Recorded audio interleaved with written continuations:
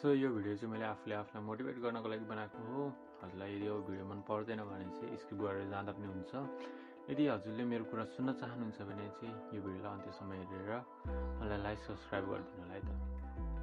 YouTube त quit गरेको छैन होला नि, नगर पनि कि गरेर पनि सानोतिनो अरूको ठाउँमा काम गर्दैछस्, गाली सहेर बसेको छस्।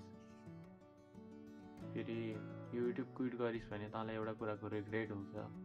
यदि मैले त्यसमा अझै मेहनत गरेको भए, हल्का पेसेन्स देखाएर चाहिँ त्यसलाई कन्टिन्यू दिएको भए के हुन्थ्यो होला मेरो भन्ने तेरो मनमा आउन सक्छ। त्यही भएर युट्युब क्विट नगर, सकेसम्म आफ्नो बेस्ट दे। 2-4 जना हेटरको कुरा सुनेर युट्युब चाहिँ क्विट नगर तैँले, किनकि तैँले सुरु कहाँबाट गरिस् त्यो पनि हेर, कुन ठाउँबाट गरिस् त्यो पनि हेर। किनकि 2-4 जनाले गर्दा तेरो लाइफ बन्ने होइन, 1000 जनाले गर्दा फेरि लाइफ बन्ने हो।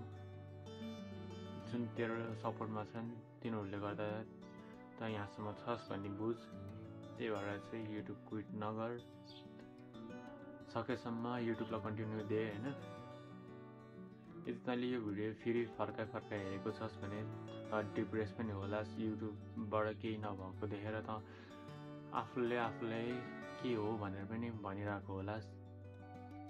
तर यति कुरा याद राख कि 2-4 जनाले गर्दा त्यो लाइफ बन्ने होइन। Continue they. 2-3 दिनमा भिडियो भएन, भिडियो भाइरल भएन भनेर हुँदैन। जति सक्छस् कन्टिन्यू दे। एउटा हाल, 2टा हाल, 3टा हाल गर्दै जति सक्छस् त्यतिवटा हाल, अनि बल्ल तेरो सक्सेस हुन्छ। एउटा 2टा भिडियोले गर्दा त भाइरल हुने होइनस्, किनकि त कोही ड्याङको मुला होइनस्। त्यही भएर आफूलाई कन्फिडेन्स दे अनि त्यसपछि लाइफमा अगाडि बढ। त्यही हो। Thank you.